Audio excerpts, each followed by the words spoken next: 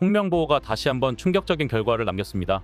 지난 9월 한국에서 열린 경기에 이어 이번 원정 경기에서 또다시 무승부를 거둔 것인데요. 피파 랭킹 격차만 78계단인 차이를 생각하면 한국 축구의 굴욕적이고 참담한 결과라고 할 수 있습니다. 그러나 팬들의 분노는 홍명보의 전술뿐만 아니라 경기 내내 이어진 석연치 않은 판정에 쏠렸습니다. 손흥민의 골 취소는 물론 전반 추가 시간 코너킥 상황에서 박용우가 터뜨린 헤더골마저도 심판의 판정으로 무효가 되면서 논란은 극에 달했는데요. 특히 일본 심판이 파울을 이유로 골을 취소한 장면은 팬들 사이에서 도저히 납득할 수 없다는 반응을 불러일으켰습니다. 이에 대해 축구 전문가들은 한국이 일본 주심이 파놓은 교묘한 함정에 걸려든 것이라고 주장해 논란을 더했는데요. 일부 전문가들은 해당 장면을 다양한 각도로 보면 일본 심판의 의도가 느껴진다는 말로 팬들을 어리둥절하게 만들었습니다. 도대체 그 이유가 무엇이며 어떤 상황인지 자세히 알아보겠습니다. 홍명보 감독이 이끄는 한국 축구 대표팀이 요르단 암만에서 열린 북중미 월드컵 아시아 3차 예선 B조 6차전에서 팔레스타인과 또다시 1대1로 비기며 축구 팬들을 실망시켰습니다. 사실 경기가 시작되기 전까지 홍명보는 최근 4연승의 무서운 상승세를 타고 있었기에 팔레스타인전은 단순한 승점 3점 추가가 아니라 축제 분위기의 압승을 기대하게 만들었습니다. 손흥민, 이재성, 이강인의 화려한 이성과 최전방의 오세훈으로 이어지는 조합은 축구 팬들에게 프리미엄 축구 패키지라 할 만했으나 현실은 팔레스타인의 수비망에 갇힌 관광버스 축구나 다름없었습니다. 또한 수비진에서는 믿었던 김민재마저 흔들리며 중심을 잃었고 그 틈을 탄 팔레스타인의 예리한 반격에 홍명보는 한점 승부의 법칙을 결국 허용하고 말았습니다.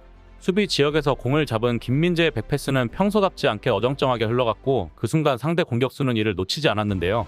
조현우는 상황의 심각성을 직감했지만 백패스를 손으로 잡을 수 없는 처지의 슈팅 각도를 줄이기 위해 필사적으로 앞으로 나섰지만 자이드 쿤바르는 이미 모든 걸 계산한 듯 침착하게 조현우와의 거리와 각도를 재며 정확히 한 번의 터치로 공을 제어한 뒤 오른발을 크게 휘둘러 터닝 슈팅을 날렸습니다. 순간적으로 궤적을 그리며 날아간 공은 조현우의 손끝을 스치지도 않은 채 골문 구석을 흔들었고 한국 팬들의 탄식이 경기장을 뒤덮었습니다. 결국 축구 팬들이 기대했던 대승의 파티는 예상치 못한 충격과 실망의 밤이 되고 말았는데요. 만약 손흥민의 환상적인 골이 아니었다면 상상하기도 싫은 끔찍한 패배를 당해야만 했습니다. 실점을 당한 지 4분 만에 임명재는 날카로운 드리블로 상대 수비의 견제를 무력화하며 페널티 박스 안으로 정확하게 찔러 넣는 기가 막힌 패스를 내보냈습니다.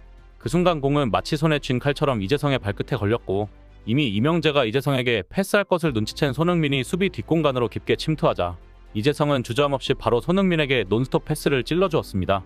골키퍼와 단독으로 맞서는 결정적인 상황이 펼쳐진 것도 잠시 손흥민의 눈빛은 흔들림 없이 차갑게 빛났고 모든 관중의 시선은 그의 오른발에 집중되었는데요.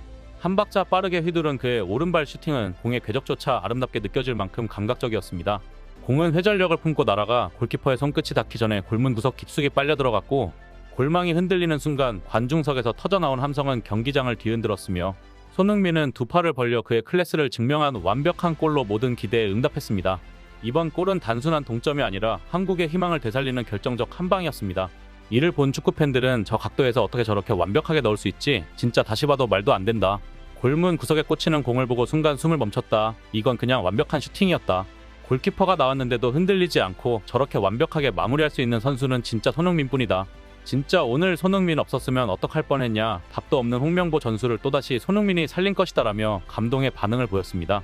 참고로 손흥민은 이 골로 A매치 51골을 기록, 황선홍을 제치고 A매치 득점 단독 2위로 올라섰으며 1위 차범근과의 격차를 7골로 줄였습니다. 사실 이날 경기를 돌이켜보면 홍명보는 아무런 전략도 없이 손흥민에게 공격을 몰빵했다고 봐도 과언이 아니었습니다. U자 빌드업으로 답답하게 공을 돌리던 한국 대표팀은 공격의 활로를 찾지 못할 때마다 결국 패스가 간 곳은 손흥민뿐이었습니다. 공이 손흥민에게 전달되는 순간 상대 수비진은 즉각적으로 두세 명이 달려들며 압박을 가했고 손흥민은 그런 압박 속에서도 빠른 발재간으로 끈질기게 수비를 뚫어내며 공격 기회를 창출했습니다. 그 모습은 혼자서 무기력했던 한국의 공격을 이끌어 나갔다고 해도 무방했는데요. 동시에 팀 전체가 손흥민에게 지나치게 의존하고 있다는 사실도 적나라하게 드러냈습니다. 중원에서의 창의적인 플레이가 실종되며 팀 전체가 손흥민을 바라보는 몰빵 축구로 전락한 모습은 팬들에게 실망감을 안겨주기에 충분했습니다. 특히 홍명보 감독의 이강인 활용이 이해할 수 없었는데요. 이날 이강인의 날카로운 키패스와 슈팅은 각각 단 한 차례에 그쳤고 드리블 시도 역시 3번에 불과한 반면 반대쪽의 손흥민은 드리블만 10번을 시도하며 상대 수비를 끊임없이 흔들었습니다. 이 두 숫자의 차이는 이강인이 자신의 다양한 능력을 발휘할 기회를 제대로 얻지 못했다는 것을 여실히 보여주고 있었습니다. 그만큼 이강인의 다양한 무기를 활용하기보다는 크로스로 일관된 공격을 펼쳤다는 의미였는데요. 결국 이강인은 후반 27분에 배준호와 교체되면서 아쉽게 경기를 마무리했습니다. 한편 그런 가운데 한국 대표팀이 골망을 흔들 때마다 반복적으로 울리는 휘슬에 선수들과 팬들의 분노는 폭발 직전이었습니다.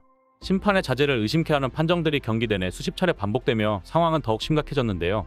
이런 논란의 중심에 선 인물은 바로 일본 국적의 주심 아라키 유스케였습니다.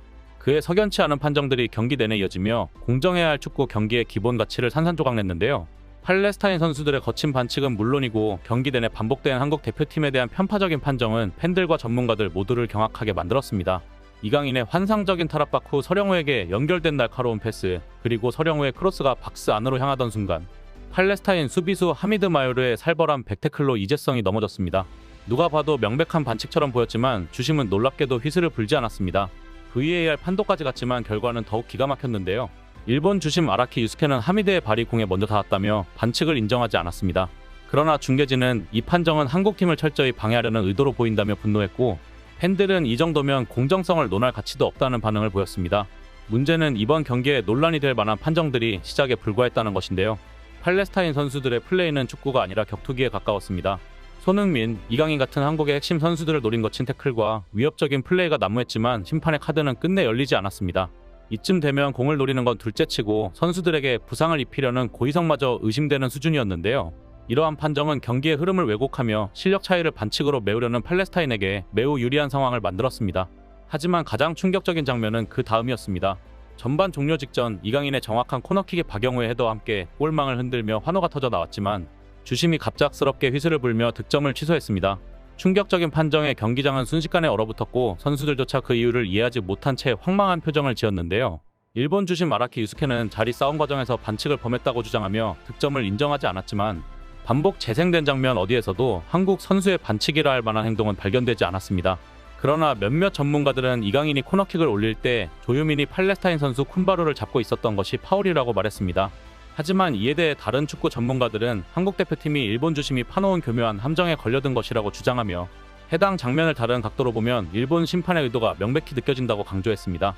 자세히 들여다보면 코너킥 상황에서 이강인의 공이 팔레스타인 문전으로 날아가기도 전에 이미 일본 주심이 휘슬을 불었다는 점이 논란의 핵심이라고 지적했는데요.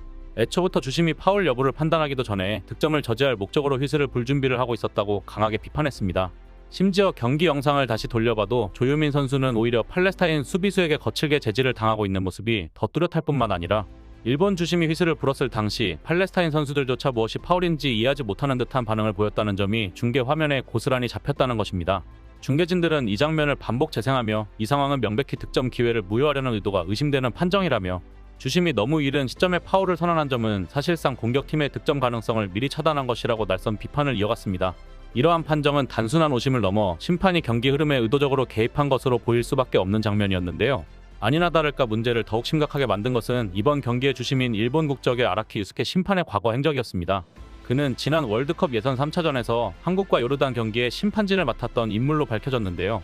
당시 경기에서도 요르단 선수들의 거친 플레이와 태클이 반복되었지만 아라키 유스케 주심은 이를 묵인하며 한국팀에 불리한 판정을 내렸습니다.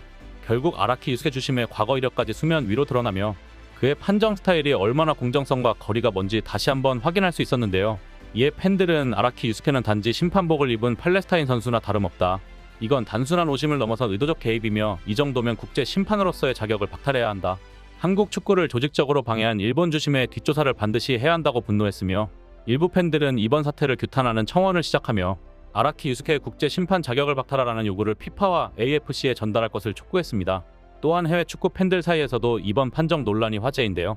일본 주심이 명백히 한국에 불리한 판정을 내렸다는 점에 공감하며 이건 심판의 실수가 아니라 계획된 경기 방해라는 의견이 나오고 있습니다. 더불어 VAR은 심판의 편파성을 덮는 도구가 아니다라며 피파의 심판 운영 체계에도 문제가 있다는 지적이 이어지고 있습니다. 이상 블랙튜브였습니다. 시청해주셔서 감사합니다. 구독, 좋아요, 알림 설정은 더 나은 영상 제작 결정에 큰 힘이 됩니다.